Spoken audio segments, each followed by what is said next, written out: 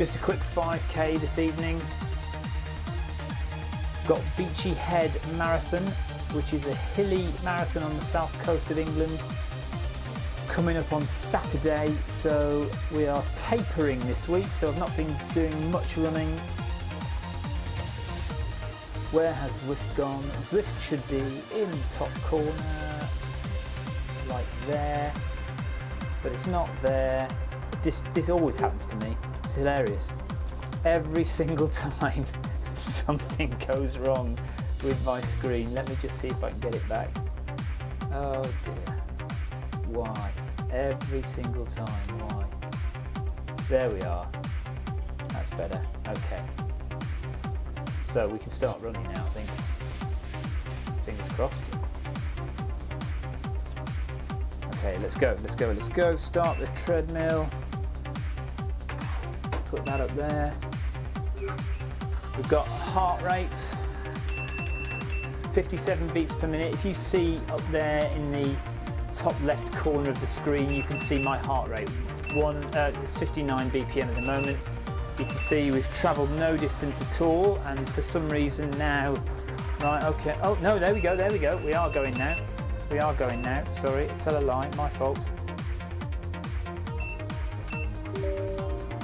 Right, so let's get moving again. Sorry, I thought we'd lost connection. So if you've never seen Zwift before, if you've never seen Zwift running before, we're in a virtual world. This is a course called Richmond, which is a model of Richmond in the USA, and it was used in 2015 for the World Cycling Championships, so they've kind of modelled it on that. On the right hand side you can see in blue, that's my name. Come on, start running, thank you. And you can see how far I've run. Just above that is my country flag, and you can see how fast I'm running in the blue section as well there. And all the other people, all the other names, all the other country flags, they are real people.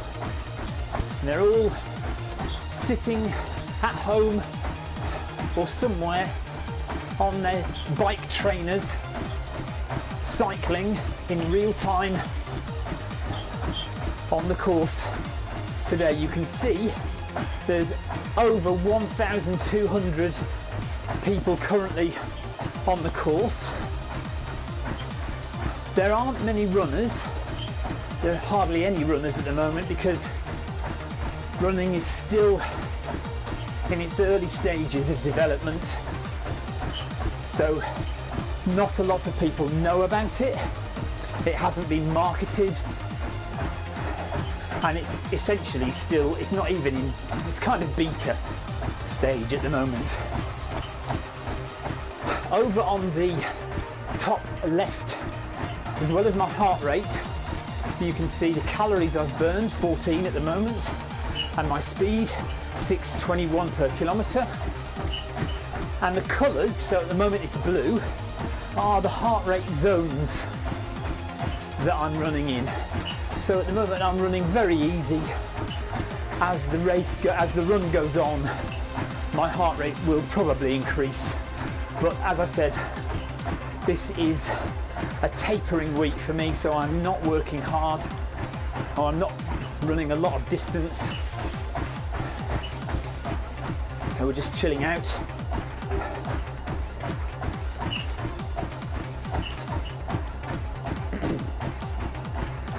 Right in the middle at the top, again you can see the speed that I'm going this time in kilometres an hour, so 9.5 kilometres per hour.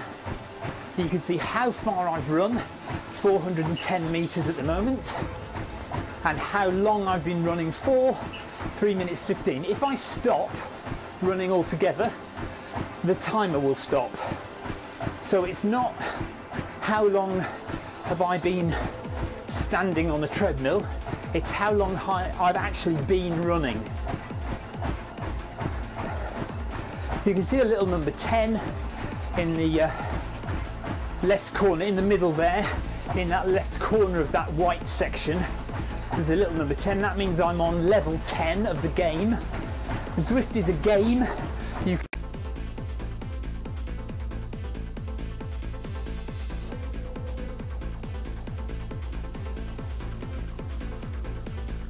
moment the highest level you can get in running, and so normally that grey line underneath the times and distance, that would be filling up with orange, and you can see there's a little present image on the right hand side.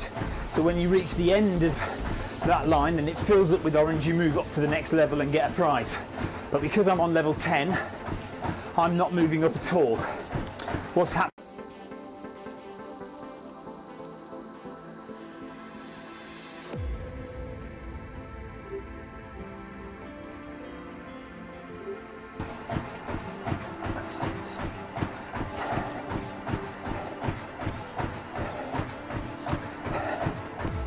There are 3 courses currently on Zwift. There's this one that we're on today called Richmond. There's another real world course called London, which is obviously based on London, and the Ride Prudential course, loosely based on the Ride Prudential course, but London has not long ago been added to, so there are new sections on there now. And then Zwift's real playground is Watopia, which is an imaginary island, and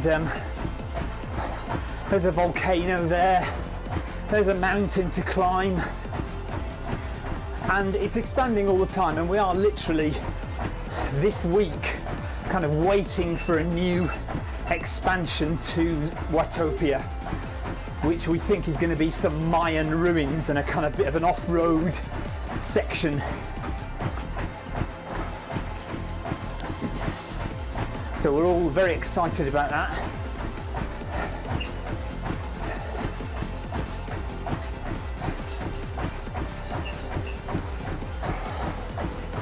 I'm just going to slow down and stop, and so you can see some different camera angles I'm going to set up.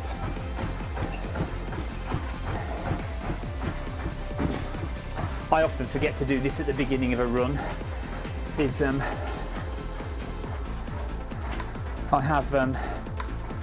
I have a little bit of software that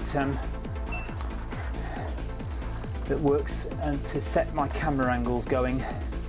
So if I just double click on that, bear with me, hopefully that will start working to change the camera angles. Should be working now. So let's get back to Zwift. Start again, fingers crossed. Yeah, there we go. So every few seconds that will change the camera angle now, so you can see what's around a bit better, makes it a bit more interesting to look at.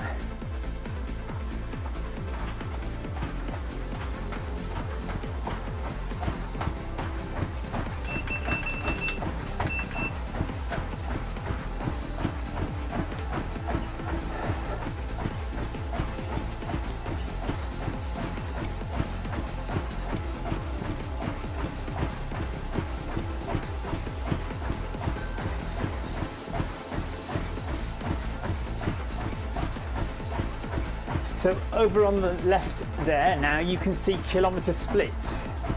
So every kilometer I run, it will break it down and show me how long it took me for that kilometer. Now, that is interesting actually. That says 15 minutes for that kilometer. So maybe the timer isn't stopping. I'm sure it used to stop. If you stopped running, the timer would stop. Should we just try that out? Let's do that. Let's do that. So we're going to completely stop running, see if the timer stops.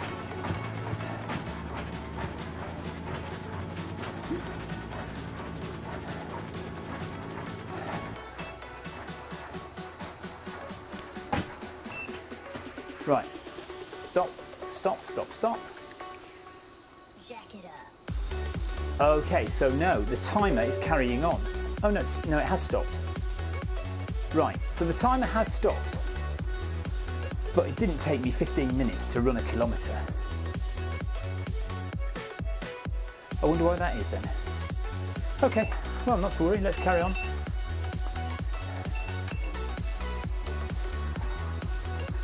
And back running again. So if you want to start with Zwift running, you need a few things. Zwift running and cycling work on a Mac, works on a PC, works on iOS devices, so Apple, iPad, iPod, iPhone.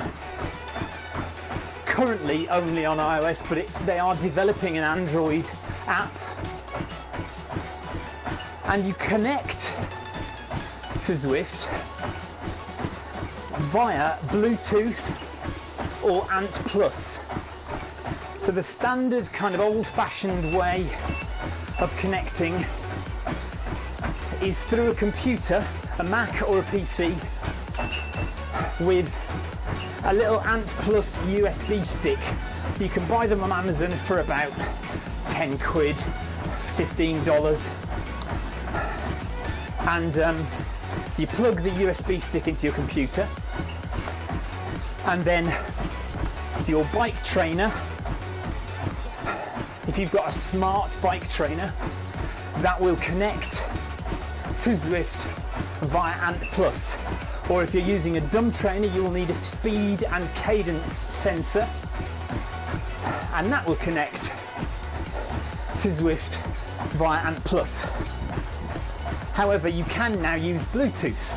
You can use Bluetooth to connect to your iOS device. And again, if you have a smart trainer, that will usually be Bluetooth connected. So you can use Bluetooth to connect your bike trainer. And again, certainly the speed and cadence sensors that you buy these days are also Bluetooth. So you have the option to connect via Bluetooth through a dumb trainer and a speed and cadence sensor as well. With running, it's the same essentially. On a Mac and a PC, you get a little foot pod and you attach it to your shoe. The old-fashioned foot pods, like the Garmin foot pod, traditionally about £40, $60 or so. They connect via Ant Plus, and they will allow you to run on a treadmill, and the foot pod will send cadence information or speed information to Zwift, and it will calculate how fast you're running and what your cadence is. But you can also connect using a Bluetooth foot pod. Now these Bluetooth foot pods are a little bit smarter than the old-fashioned Ant Plus foot pods, but that makes them a little bit more temperamental, a little bit more difficult to work with in my opinion. The one everyone seems to rave about, but I haven't got, is the Stride foot pod, S-T-R-Y-D, Stride foot pod. Everyone says that's very accurate and very good. I haven't tested it, so I don't know. I have tested the Polar Stride sensor, the Milestone foot pod, and the Ticker X strap, which I'm actually wearing for heart rate. It's that thing there. And all of them have worked, and all of them have caused me problems as well. But nevertheless, they are there for you if you need them. Now, Bluetooth generally you connect to an iOS device, but you can also connect to a computer, a Mac or a PC via Bluetooth through the Zwift app on your phone. So that is a possibility as well. You need to be on the same Wi-Fi network. Your device, your heart rate monitor or your foot pod connects to the phone, and then the phone app sends the information via wireless to your computer. Another bit of a kind of messy way of doing things as far as I'm concerned. So I have a PC and I've got a Garmin FootPod, and that seems to work perfectly well for me.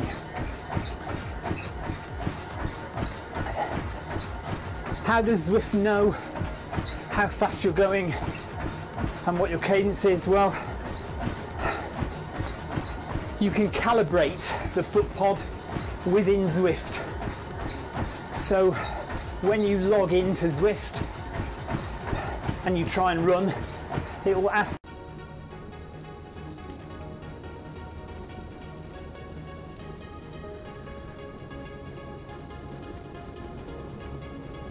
you could choose 10 kilometers per hour on the Zwift software, and make sure you set your treadmill or your watch to run indoors at 10 kilometers an hour. And then you set the calibration going, you will run for a minute, and Zwift will determine the calibration factor for your FootPod. It can be tricky to get it exactly right, but it's generally there or thereabouts.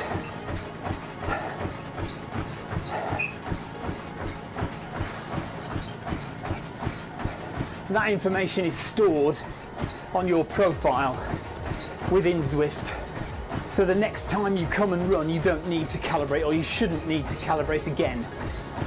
The problem is, if you move your FootPod between shoes, or if you run outside, you may alter the calibration. If you move your FootPod up or down the laces on your shoe, or change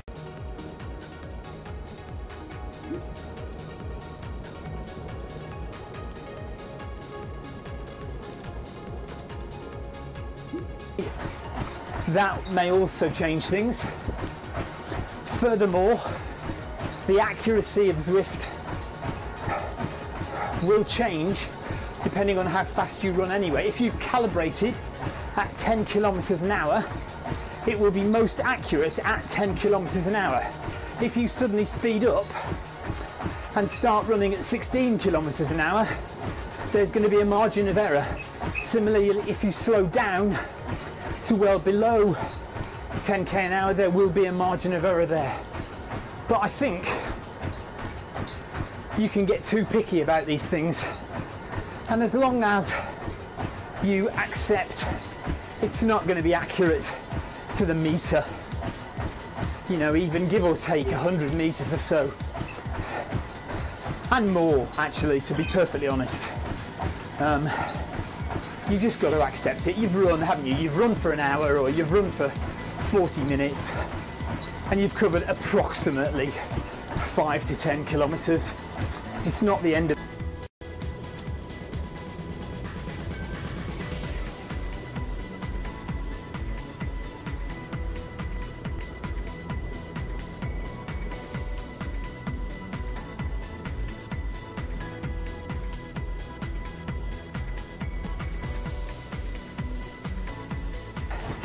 my first kilometer split said 15 minutes. I don't get that. Never mind.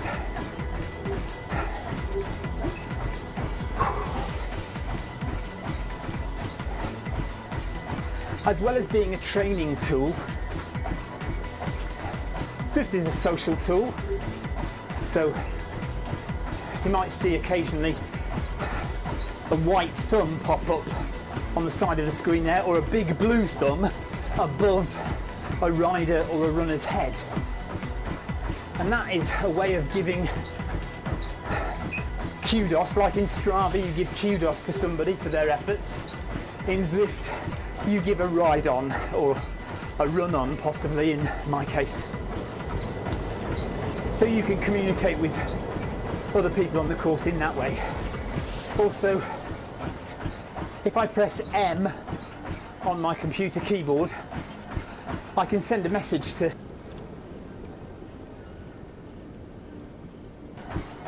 so you might see people talking to each other.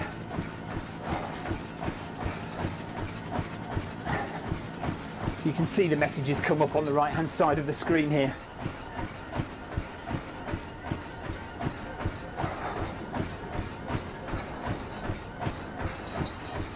There's a lively Facebook group, there's lots of Facebook groups.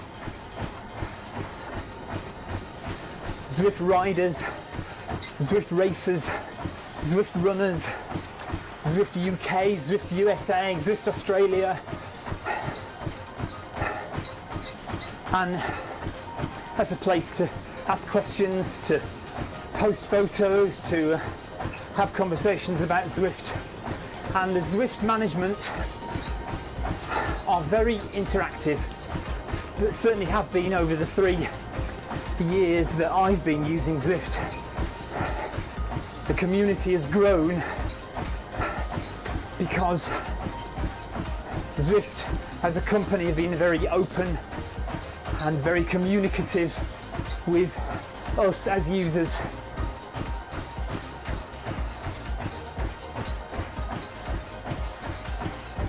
Zwift started in 2014, was it 2000? Yeah. I joined in February 2015. The genesis of Zwift is way back.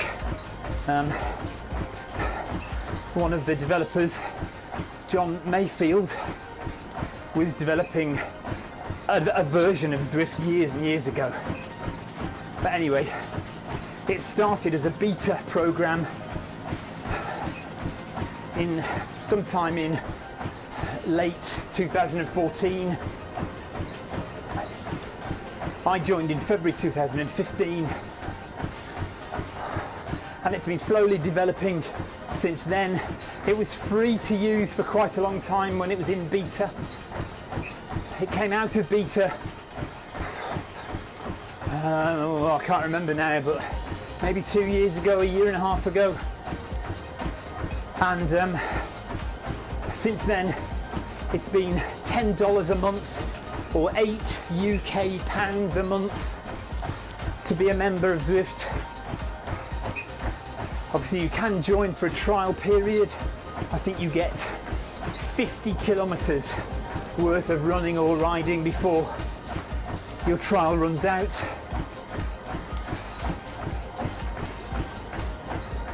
But if you find that you can't get out on the roads as much as you'd like, or running on the hills, and if you hate running on a treadmill because it's so boring, I can tell you this makes a massive difference.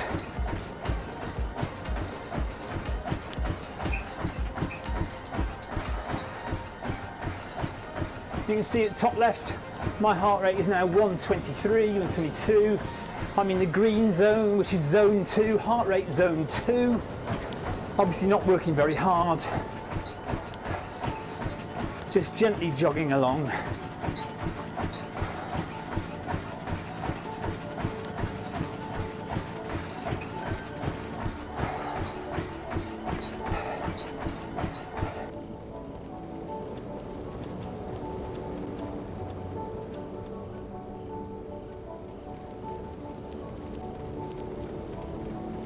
In real life, as opposed to my avatar, what you can't see hidden underneath that is a map of the course, so I can see that.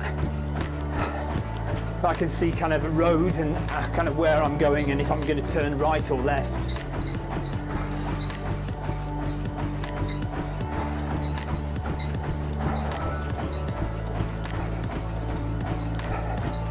Obviously, running on a treadmill, I don't get to feel the road, so I can't feel the cobbles that I'm running on now.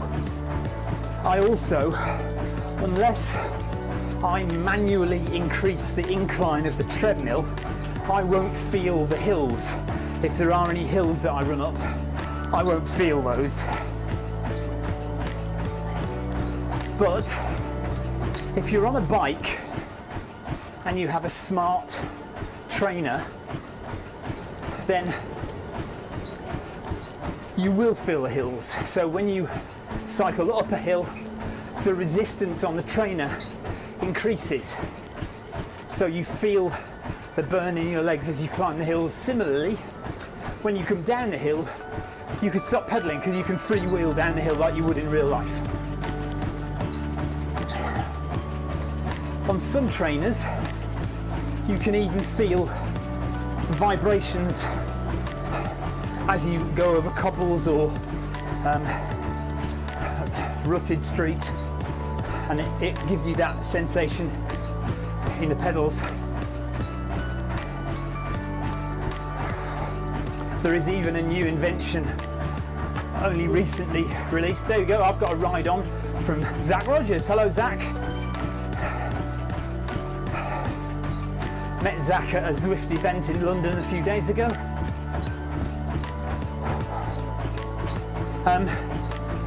So as I was saying, there's a new invention by Wahoo, and it goes with the Wahoo Kicker, and you attach to the front of your spokes, your forks on your bike, and when you go up a hill, it raises the front forks up on your bike. So as well as the resistance changing, the angle of your bike changes. So that's quite an interesting development. Some people consider it a bit of a toy, and I guess there is a kind of novelty factor to that.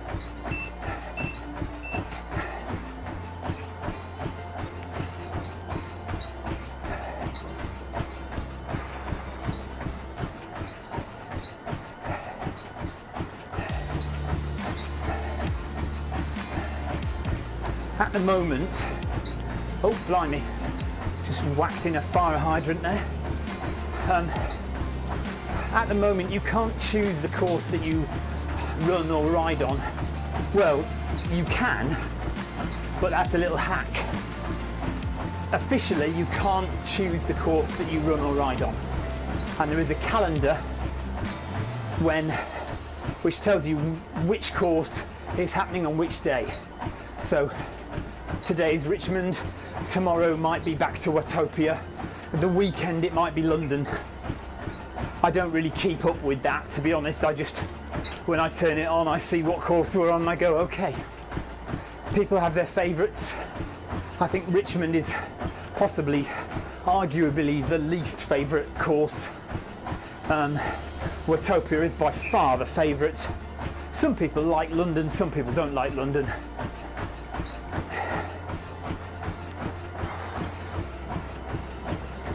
Well, there will come a time once there are a few more subscriptions. I mean, there are quite a number of subscriptions already, but once there are so many subscriptions that the courses feel clogged, I think they will develop the software so that you can choose where you go.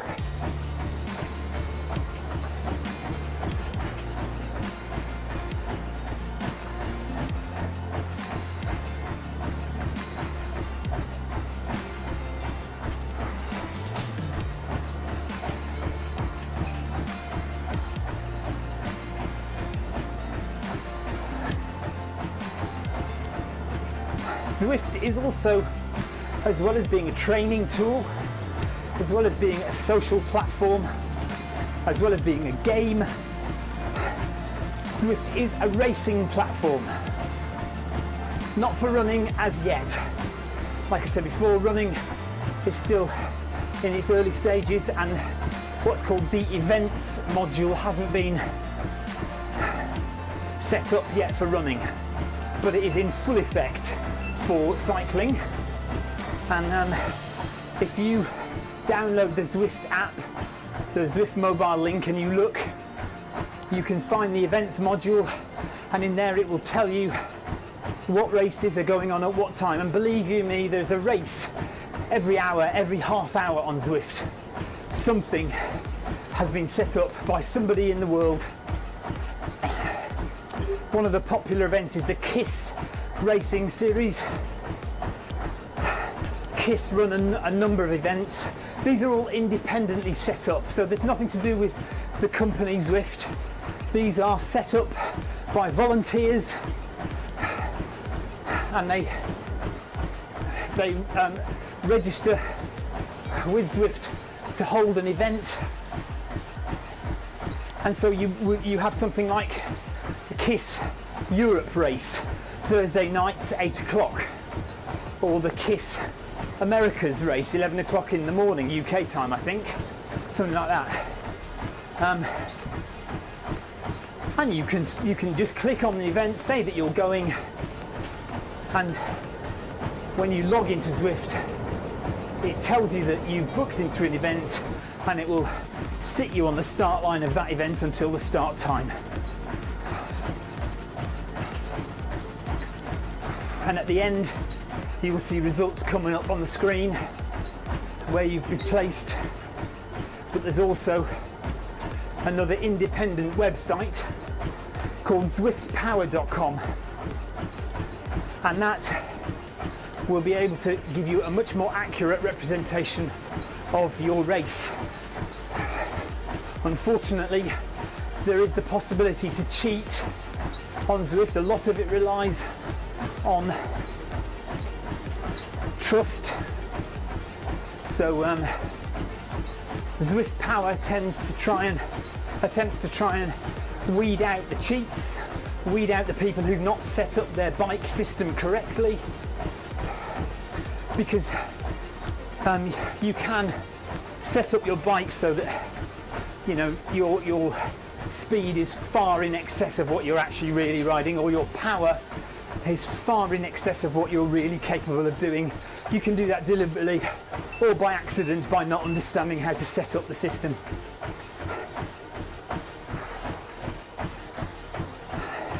So when you finish the race, you go onto zwiftpower.com an hour later, and it will give you your results. You race in categories, so A, B, C, D, and E sometimes, I think, or E is everybody. And that's based on your watts per kilogram. So you need to work that out. So you can see on the bottom right hand side of the screen there, under each rider's name, see where I've got 6 kilometers, minutes per kilometer. Under the people who are cycling, it says, see S-Cox there, 1.6, 1.3 watts per kilo. So that's based on your weight and your FTP, your functional threshold. So you need to be able to work that out, to work out how fast you are, to work out what category of racer you are. I'm a C category cyclist, so kind of middle of the pack really. But if you're a regular cyclist, you'll be able to work that out pretty quickly. You'll be able to know. And to be honest, if you cycle on Zwift a lot, you'll see what you regularly hit. On the right there, you'll see that you're usually, 2 watts per kilo or 3 watts per kilo. I'm usually around about 2.5 to 3 watts per kilo, which puts me in category C.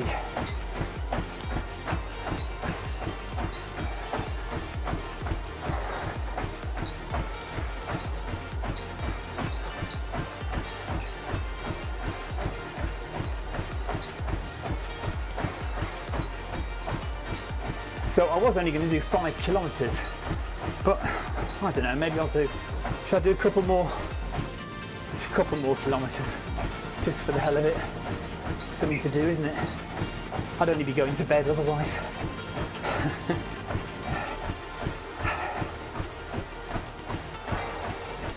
If you're interested in watching Zwift before committing, or just you're interested in seeing races happen, if you go onto Zwift Community Live on Facebook, if you search on Facebook for Zwift Community Live, you will find very regular broadcasts with commentary of Zwift races. You can also look on Mixer.com, used to be called Beam, but it's now Mixer, and also on Twitch TV.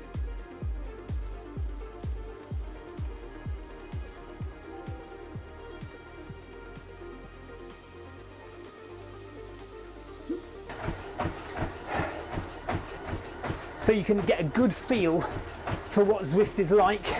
Then you can start taking part in the Zwift community without even being a paid up member at all.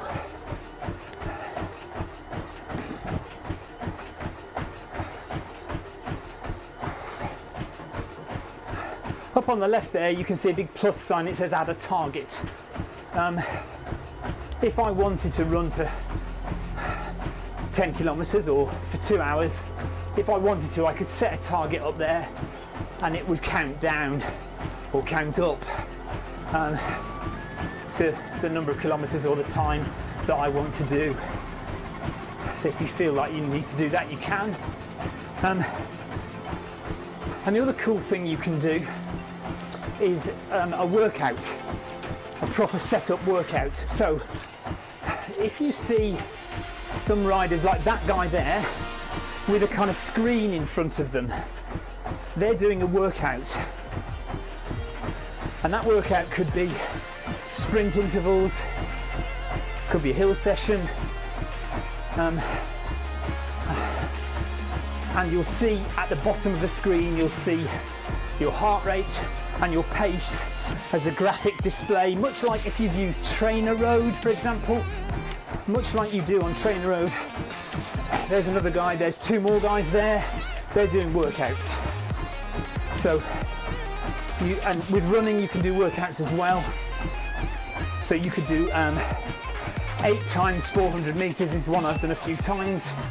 So you sprint for 400 meters, then you recover for 400 meters, and then you sprint for another 400 meters and recover for another 400, and you might do that 8 times.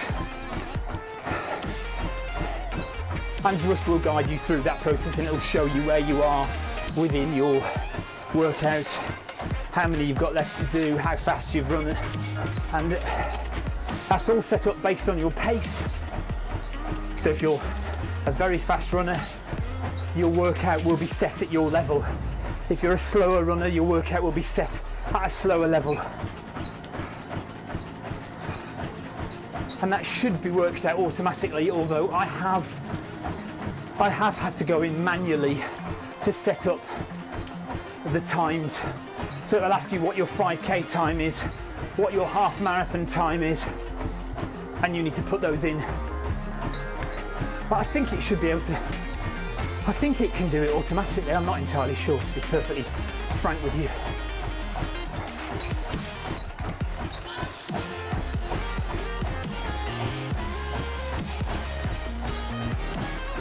You can see my splits, apart from that very strange first one there, my splits have been fairly even because I haven't really touched the treadmill. My treadmill is old and knackered and doesn't run at the right speed at all. So even though it might say I'm doing 9 kilometers an hour on the treadmill, I know I'm doing 10 kilometers an hour because I've got my watch, and my watch is linked to my foot pod, and I know the pace that I run at. So I kind of ignore my treadmill completely because it's totally wrong.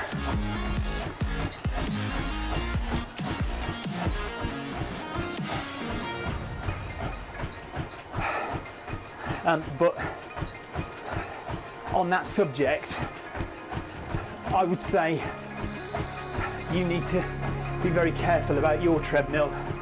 Treadmills at gyms or your treadmill at home, just be wary of trusting it entirely in terms of its speed. If you can, if you've got an old-fashioned Garmin footpod like I have, link it up to your watch, do a few runs outside on known courses, so maybe run round a 400 meter track a couple of times. Make sure that it says 400 or 800 meters on your watch. Make sure that your watch is not reading GPS but is reading from the footpod. Make sure the footpod is accurate, and then come and run on a treadmill, and you can then check the treadmill speed against your watch speed, and you know that your watch is correct, so you can tell whether you're treadmill is correct or not. If it is, then great. If not, then trust your watch over your treadmill. Many modern watches also have cadence built into the watch itself with an accelerometer. You've got an accelerometer in here and it monitors your arm movement up and down. So you don't even need a foot pod really to know how fast you're going indoors. Obviously you do need a foot pod to connect to Zwift. I could go on and on for hours about Bluetooth foot pods and the problems I've had with them. I mean, I guess they work okay, but there's too much confusion with them. Because, right, a Garmin foot pod does not hold any form of calibration inside the foot pod itself. Okay, any calibration is done in the watch. So Garmin's foot pod just transmits raw data. It's got a set kind of parameter that it gives out. Now, the Bluetooth foot pods are able to hold calibration factors within the foot pod themselves. And there's usually an iPhone app or an Android app that allows you to carry out a calibration on the foot pod. Now that's entirely separate to Zwift itself. So what's confusing a lot of the time is you'll have the foot pod applying a calibration factor, and then you go into Zwift and you calibrate in Zwift as well, and you've got two calibrations going on at the same time. If your calibration is not correct, you don't know whether to alter the calibration on the iPhone or the calibration within Zwift. Again, if you go and run outside, the calibration might change, and so you don't know if that's affecting the calibration on Zwift. It's just, or you might run the calibration on the iPhone again, and that will alter the calibration within Zwift because the data that the foot pod is sending out to Zwift is different. Too much opportunity for confusion and error. I also find the battery life on Bluetooth foot pods is not as good. The battery life on my Garmin is a year, if not more. The battery life on my Milestone foot pod and my Polar Stride sensor foot pod are a month, a few weeks if you run a lot.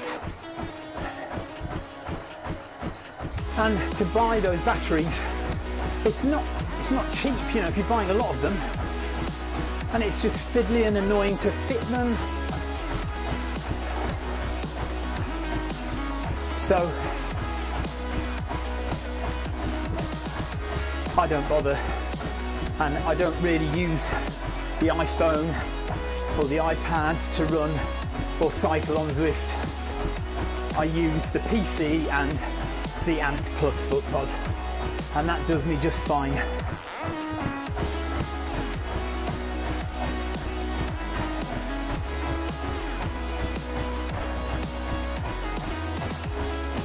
I seem to have a connection problem, I think I've lost everyone. No cyclists around, so my internet may well have gone down. So I think we'll call it a day at 7 kilometers.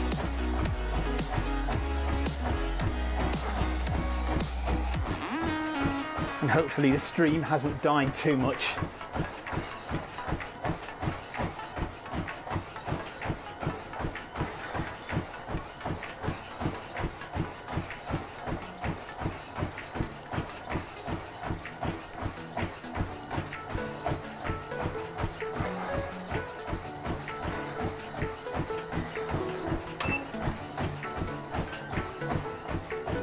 Okay, there we are.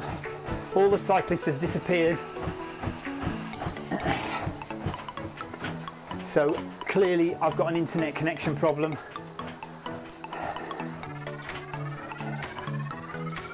I was only going to do 5k, so we've done 7k. So we'll call it a day there.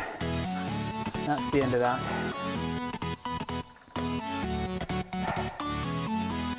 Let's go back to the broadcast screen. Let's turn this off.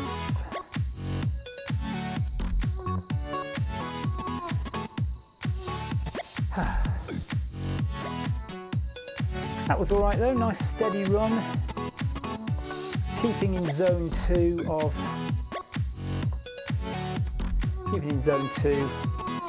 my heart rate for almost all of that run. And that's the end of that, guys. We'll see you for another Zwift ride, Zwift run in the not too distant future. Let me just save this actually so you can see what happens. So we go to menu and it gives you a rundown. See there, look, there's my weight, 70 kilos, there's my height, 173 centimeters. We've run 7.1 kilometers in a time of 43 minutes and burned 421 calories.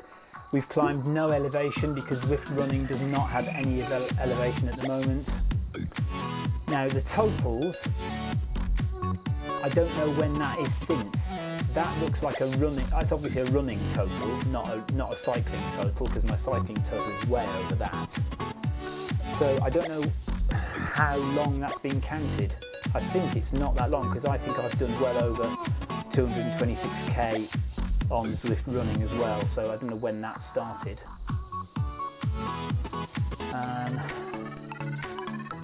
And I'll just show you here quickly, look, achievements.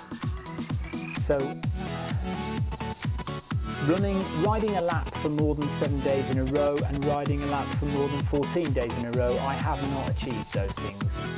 But I've done most of these others, given 100 ride-ons, received 10 ride-ons in one ride, completed a workout, paired through the mobile link, connected my Strava account, done a U-turn. What else have we got here? Cycling achievements. I've ridden 100 miles. I've broken the 30 mile an hour limit, the 40 mile an hour limit, even the 50 mile an hour limit. I've hit 500 watts, I've hit 700 watts. I've held 500 watts for over 10 seconds. So all these things are little achievements that you can make. Here's my running achievements. So this only came into effect fairly recently. Now I have actually run a marathon on Zwift, but I haven't run it since these achievements came into effect. I'm going to have to do that at some point soon. I'd like to be the first. I don't think anybody has this achievement yet. If you have, let me know. But I don't think anyone has officially run 26.2 miles on Zwift since this achievements thing came into effect, which was not that long ago. But I have run a total of 100 miles, run 10k in one session. I've ran under a 7-minute mile. I have yet to run under a 6-minute mile or 5-minute mile. I haven't run a total of 500 miles yet. I haven't run a total of 1,000 miles yet, but I'd like to see if I can get to that. That'd be good. And I've received more than 30 ride-ons in one ride. I've hit 1,200 watts. Not sure when that was. That might have been an accident. So yeah, those are all the achievements you can get. So I've got 10 left to collect. Anyway, there we go. So we close that. And settings screen here, look.